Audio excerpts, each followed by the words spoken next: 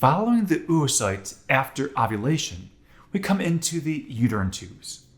Now, the uterine tubes are what carry the oocyte from the ovary towards the uterus. Their main purpose is transporting it from point A to point B. Now, inside the uterine tube, remember there are 4 regions, but throughout these regions, you're going to have these non-ciliated cells and ciliary cells. The ciliary are going to help propel it along. It moves the oocyte towards the uterus. The non-ciliated cells are going to help to nourish the oocyte and nourish any sperm cells present.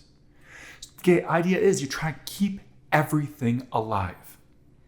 Because if the sperm cells are able to penetrate into the egg and fertilization occurs, you have to make sure it moves into the uterus for implantation. So what we're looking at here is we've left the ovary, which is here. We've traveled up and through this uterine tube is the process of that oocyte traveling and transporting. Now, heading into the uterus. Inside the uterus, we have 3 main layers to the uterine wall. We're going to have the perimetrium. Now, if you're saying that sounds familiar, well, it is. It's the visceral peritoneum from the digestive system. Same thing, just covers the top portion here. Then the middle layer is going to be the myometrium. Now, the myometrium is where the smooth muscle is located. This is what will cause the uterine contractions. That's the myometrium. And then the endometrium is a mucosal lining. Now, this mucosal lining of the endometrium is actually divided into 2 main areas. The first area is the stratum functionalis.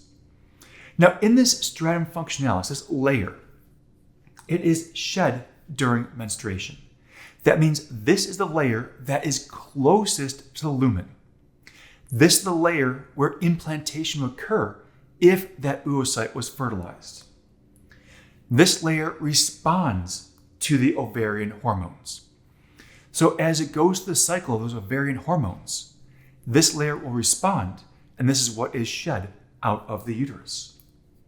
The other layer, the stratum basalis, this one is deeper or further away from the lumen. This one does not respond to ovarian hormones. It stays put, it stays in place. The stratum basalis is going to remake the stratum functionalis. So every time the stratum functionalis is shed, the stratum basalis is still there, and then it helps to regenerate the stratum functionalis. So inside these layers, though, inside the layers of the uterus, we're going to have different vessels. We have the uterine arteries. Now, the uterine arteries are going to come from or arise from the internal iliac arteries. Remember, the internal iliac arteries came from the common iliac arteries. Common iliac arteries came from the abdominal aorta. So we're not too far off of a pretty major branching here. So after the uterine arteries, we're going to go into these arcuate arteries. And yes, that's the same name as the kidneys, but completely different. These arcuate arteries are in the myometrium.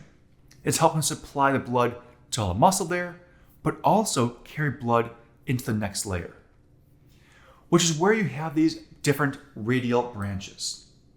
There's 2 different types here. We have spiral arteries and straight arteries.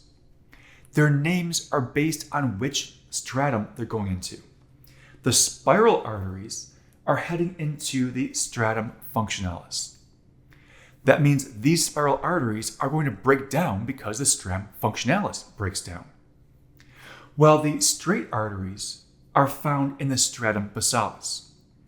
Those straight arteries stay intact because the stratum basalis stays intact. So it's all dependent on which layer you're going to as far as what naming system you're having here. Straight arteries only go into the stratum basalis.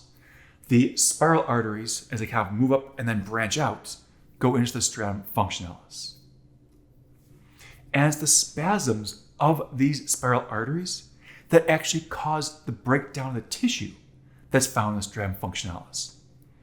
Because as the arteries spasm, they're going to release large amounts of blood in and they break apart, which breaks the tissue apart. And then as there's no blood flow, the tissue also dies and is released. So there's a combination of the spasming, the release of blood, and a lack of blood that has all this tissue breaking down and being released. So what we're seeing here, we have our radial artery down here. That's the starting point, that's the branching point in the myometrium. We then go up, you can see the straight artery, here's one right there. That's in the stratum bassalis, in the base. It stays there, it's intact. And then you can see here's part of a spiral artery. You get the idea, it kind of spirals up. But look what happens. It creates this whole network up in the stratum functionalis. And it's this portion up in the stratum functionalis that'll spasm and break apart and cause the stratum functionalis to be shed from the lining. So different vascular supply into the actual uterine wall. Well, from the uterus, we head into the vagina.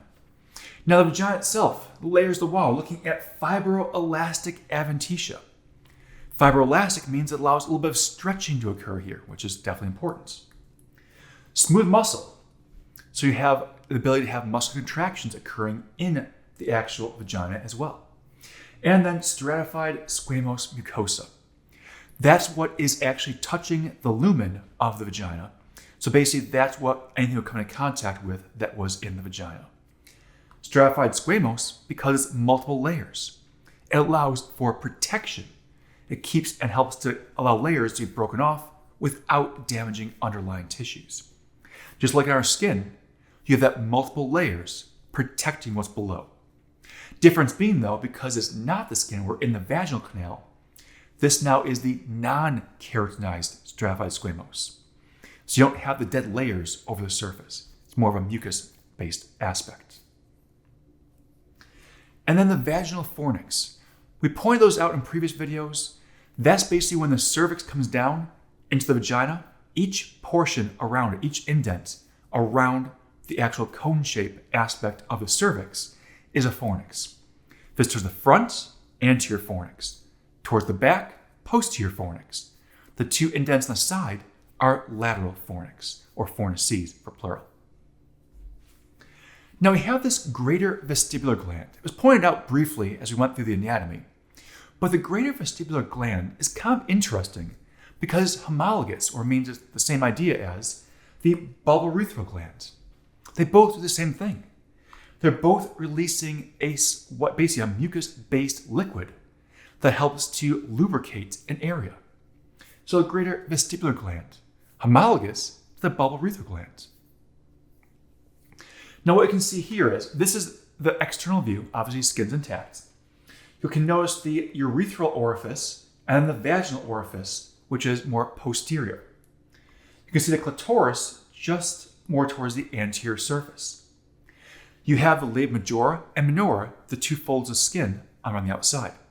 But if we take the skin and peel it away, here's what's left. You still have the urethral orifice and vaginal orifice, but look right next to it. These are the greater vestibular glands. They're embedded on each side of the vaginal canal, and they can release that liquid, that mucus liquid, into the vaginal canal to help with lubrication. So a little bit about the structures of the vagina, the uterus, and following that oocyte through its pathway in the female reproductive system.